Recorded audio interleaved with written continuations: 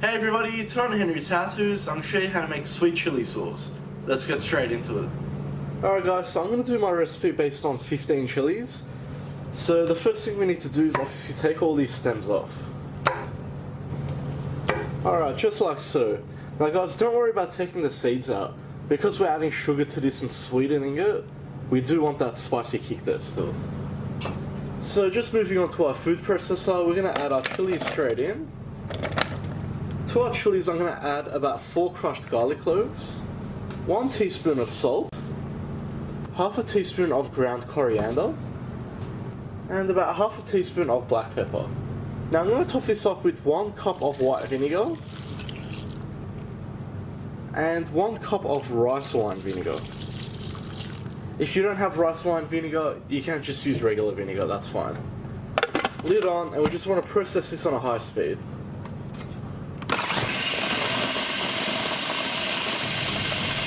Alright, so we basically want a result like that.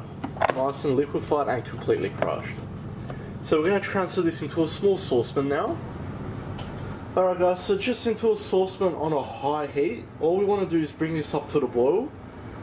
And we're also going to add in 1 cup of white sugar. Alright guys, so once that reaches the boil, we just want to let it boil for about 5 minutes on high heat.